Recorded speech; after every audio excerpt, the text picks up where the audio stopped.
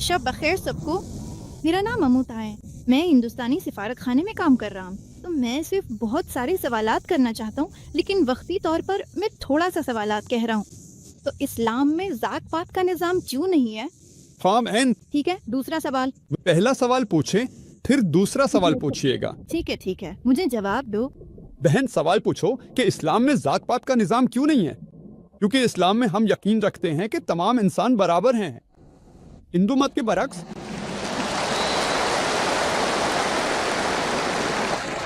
قرآن کہتا ہے سورہ الحجرات سورہ نمبر 49 آیت 13 میں، اے انسانوں، ہم نے تمہیں ایک مرد اور ایک عورت سے پیدا کیا اور تمہیں قوموں اور قبیلوں میں تقسیم کیا تاکہ تم ایک دوسرے کو پہچانو، نہ کہ ایک دوسرے کو حقیر جانو. اور اللہ سبحانہ و تعالیٰ کے نزدیک سب سے زیادہ عزت والا وہ ہے جو سب سے زیادہ تقوی والا ہے. اللہ تعالیٰ کے نزدیک کسی انسان کے دوسرے انسان پر برتری کا معیار نہ جنس ہے، نہ ذات، نہ رنگ، نہ دولت، نہ عمر، بلکہ وہ تقوی ہے، یعنی اللہ کا خوف، پرہیزگاری اور راست بازی. ایک انسان کی دوسرے انسان پر برتری کا واحد طریقہ دولت، عمر یا جنس نہیں ہے، بلکہ وہ پرہیزگاری، اللہ کا خوف اور راست بازی ہے. ہندو مت کے برعکس جب ہم ویدوں کا مطالعہ کرتے ہیں تو اس میں ذکر ہے کہ اللہ تعالیٰ نے برہمن طبقے یعنی عالم طبقے کو سر سے پیدا کیا. یہ پہلی ذات ہے. پھر اس نے سینے سے جنگجو طبقہ یعنی کشتریوں کو پیدا کیا. پھر اپنے پیٹ اور رانوں سے اس نے کاروباری طبقہ یعنی ویشیوں کو پیدا کیا. اور پاؤں سے اس نے شودروں کو پیدا کیا یعنی اچھوتوں کو، جو کہ نچلی ذات ہے. تو یہ وہ ہے جو ویدوں میں بیان کیا گیا ہے. اسلام میں ہمارا ایمان ہے کہ تمام انسان برابر ہیں. ہم یہ نہیں مانتے کہ ایک انسان دوسرے انسان سے برتر ہے، پیدائش کی وجہ سے، پیشے کی وجہ سے، دولت کی وجہ سے، رنگ کی وجہ سے یا ذات کی وجہ سے. تو اسلام ایک عالمگیر مذہب ہے. ویدوں میں جو کہا گیا ہے اس کے برعکس کہ آپ کو اپنے پیشے سے جڑے رہنا ہے، کیونکہ اس پر زیادہ تر برہمنوں کا کنٹرول تھا، جو کہ پھر بھی ایک چھوٹا سا معمولی فیصد ہے. اور وہ کہتے ہیں کہ اگر آپ شودر کے طور پہ پیدا ہوئے ہیں تو آپ شودر ہی رہیں گے. آپ برہمن کی خدمت کریں، اگلی زندگی میں شاید آپ بہتر انسان بن جائیں. نہیں، یہ سب نظریات ہے، تاکہ وہ چاہتے ہیں کہ انسان نیچے ہی رہے، انسان نیچے ہی رہے گا اور امیر اور اونچے طبقے کے لوگ اوپر ہی رہیں. اسلام میں ہم برابری پہ یقین رکھتے ہیں اور اسلام تمام انسانوں کے لیے مذہب ہے. اسی وجہ سے اسلام ذات پات کے نظام کے خلاف ہے. امید ہے حل ہو گیا. سر، مجھے ایک اور شبہ ہے. تو آپ کیوں کہتے ہیں کہ مسلمان سید ہے، مسلمان سنی ہے یا مسلمان شیعہ ہے؟ تو یہ کیا ہے؟ بہن نے کہا کہ میں سید مسلمان، شیعہ مسلمان، سنی مسلمان کیوں کہہ رہا ہوں. میں نے کبھی سید مسلمان نہیں کہا. مسلمان وہ ہے جو اپنی مرضی اللہ تعالیٰ کے سپرد کر دے. اسلام میں کوئی فرقہ نہیں ہے. اللہ قرآن میں سورہ آل عمران سورہ نمبر 3 آیت 103 میں فرماتا ہے، اللہ کی رسی کو مضبوطی سے تھام لو اور تفریقہ میں نہ پڑو. یہاں کوئی سید، مسلمان، سنی یا اس طرح کی کوئی بات نہیں ہے. ہاں، خاندان کی بات ہے. ٹھیک ہے، آپ کسی خاندان سے تعلق رکھ سکتے ہیں، آپ شیخ کے خاندان سے تعلق رکھ سکتے ہیں، آپ سید کے خاندان سے تعلق رکھ سکتے ہیں. اپنی جڑیں جاننا اس کا یہ مطلب نہیں کہ کوئی شخص دوسروں سے افضل ہے. کوئی خان، شیخ یا سید سے افضل نہیں ہے. نہیں، یہ صرف اپنی جڑوں سے تعلق رکھنے کی بات ہے. جیسے آپ کسی خاندان سے آ سکتے ہیں تو اس کا مطلب ہے کہ آپ کسی خاص علاقے یا زمین سے آئے ہیں. اگر آپ کوکن کے علاقے سے آئے ہیں تو یہ خاندانی پس منظر ہے. اس کا یہ مطلب نہیں کہ ایک شخص دوسرے سے افضل ہے. ایک انسان دوسرے انسان سے صرف تقوی، راست بازی اور خدا خوفی کی بنیاد پر ہی افضل ہو سکتا ہے. امید ہے اس سے آپ کا سوال حل ہو گیا ہوگا. اچھا، دوسرا سوال، اسلام میں شادیوں میں کیوں کوئی زائچہ کیوں نہیں دیکھا جاتا؟ بہن کا سوال ہے کہ اسلام میں شادی کے وقت زائچہ کیوں نہیں دیکھا جاتا؟ کیونکہ بہن، ہم زائچے پر یقین نہیں رکھتے. ڈیٹا کیوں نہیں ہے؟ ڈیٹا تو ہے مگر زائچہ نظر نہیں آ رہا. جی بہن، میں بتاتا ہوں ہندو مذہب کیا کہتا ہے. میں نے اس کا مطالعہ کیا ہے. وہ زائچہ مانتے ہیں. کنڈلی چنڈلی تم جانتے ہو کڑی؟ ہاں، میں جانتا ہوں. اسے کنڈلی کہتے ہیں. تاریخ پیدائش سے وہ بتاتے ہیں کہ سیاروں کی چال اور گرہن کیا تھا. یہ ایک سائنس ہے، لیکن یہ سائنس مستند سائنس نہیں ہے. یہ ایک مفروضہ ہے. یہ کہتا ہے کہ اگر آپ اس تاریخ کو پیدا ہوئے ہیں تو یہ گرہن آتا ہے اور یہ سیارہ وہاں جاتا ہے اور یہ سب کچھ ہوتا ہے. یہ ایک سائنس ہے، لیکن یہ مستند سائنس نہیں ہے. یہ سخت سائنس نہیں ہے جیسے ہم کالج میں پڑھتے ہیں، بایولوجی، فزیولوجی، ایمبریولوجی. یہ وہ ہے جس پر وہ یقین رکھتے ہیں. یہ ایک مفروضہ ہے. اور پھر وہ مستقبل کے بارے میں بات کرتے ہیں. کنڈلی میں جو کچھ بھی وہ ذکر کرتے ہیں وہ سب سچ ثابت نہیں ہوتا. ہم اسلام میں پھول نکالنے کے خلاف ہے۔ قرآن سورہ مائدہ سورہ نمبر 5 آیت نمبر 90 میں کہتا ہے یہ شیطان کے کام ہیں، عیبی اس شیطانی کام سے بچو تاکہ تم فلاح پاؤ۔ قرآن کہتا ہے یہ فال نکالنا، تیروں سے قسمت معلوم کرنا، یہ سب شیطان کے کام ہیں، اس سے بچو تاکہ تم کامیاب ہو جاؤ۔ تو اسلام میں ہم اس پر یقین نہیں رکھتے۔ اکثر ایسا ہوتا ہے کہ آپ کسی مشین میں جاتے ہیں، اپنی تاریخ پیدائش ڈالتے ہیں، پھر وہاں سے کچھ نکل آتا ہے۔ اگلے ایک ہفتے میں آپ کے ساتھ کچھ اچھا ہونے والا ہے، چاہے 100 بری باتیں ہو جائیں، ایک اچھی بات ضرور ہوگی۔ اگلا شخص جاتا ہے، اس کا ذائچہ نکلتا ہے، اگلے ایک مہینے میں کچھ برا ہونے والا ہے۔ تو یہ وہ بیانات ہیں جو اتنے مبہم ہوتے ہیں، اور یہ سب کچھ آپ جانتے ہیں، ہوتا جاتا ہے اور ایک پرچی اٹھاتا ہے اور آپ کو اپنی کنڈلی یا مستقبل کا پتہ چل جاتا ہے۔ تو اسلام میں ہم یہ نہیں مانتے کہ کوئی طوطا آپ کا مستقبل بتا سکتا ہے، یا ہتھیلی دیکھ کر یا ستاروں کو دیکھ کر۔ اسلام اس کے خلاف ہے، اور اکثر اوقات آپ کو بے وقوف بنایا جاتا ہے کہ آپ یقین کر لیں کہ یہ سچ ہے۔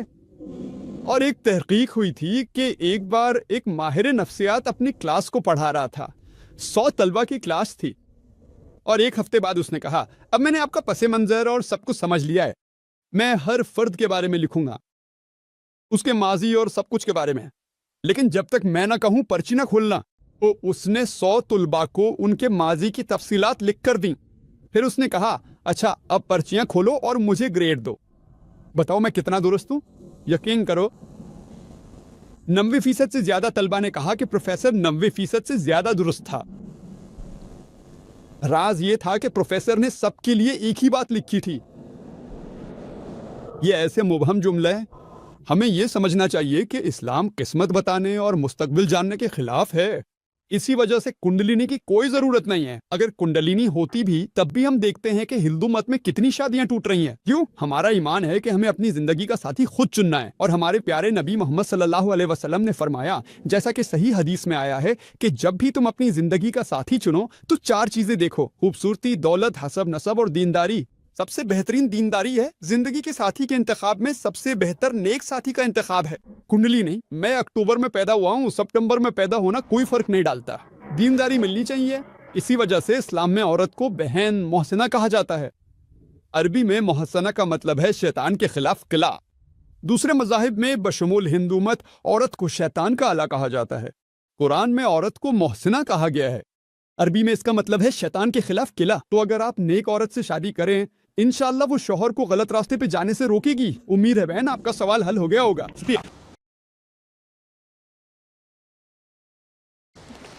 Ashhadu. I'll say in Arabic and repeat it, sister, slowly. Okay. Ashhadu Ashhadu Allah Allah ilaha ilaha illallah illallah wa ashhadu wa ashhadu anna anna Muhammadan Muhammadan abduhu abdu wa rasuluhu wa wa rasuluhu. rasuluhu. MashaAllah, sister.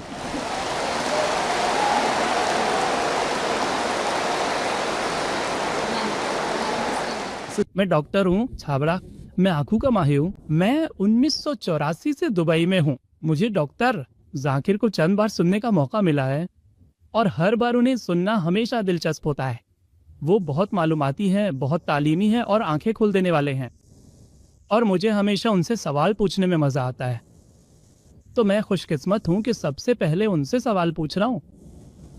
میرا پہلا سوال یہ ہے کہ آپ نے کہا کہ مقدس جگہ درمیان میں ہے تاکہ ہر جگہ سے برابر ہو، لیکن میرے خیال میں چاہے میں غلط ہوں یا صحیح، خدا ہر جگہ موجود ہے، سب پر غالب ہے، ہر جگہ حاضر و ناظر ہے، سب کچھ جاننے والا ہے۔ تو پھر اسے ایک جگہ موجود ہونے کی ضرورت نہیں ہے، وہ ہر جگہ ہے۔ غیر مسلم بھائی نے اچھا سوال کیا ہے، اور انہیں میری بات سن کر مزہ آیا، انہیں سوال پوچھنے میں بھی مزہ آیا۔ اور بھائی مجھے آپ کے سوالوں کے جواب دینے میں خوشی ہوتی ہے۔ انہوں نے سوال کیا کہ خدا سب پر قادر ہے، ہر جگہ موجود ہے، تو پھر اسے درمیان میں کیوں ہونا چاہیے؟ بھائی جب آپ نے میرا جواب سنا، میرا خیال ہے آپ نے غلط سمجھا۔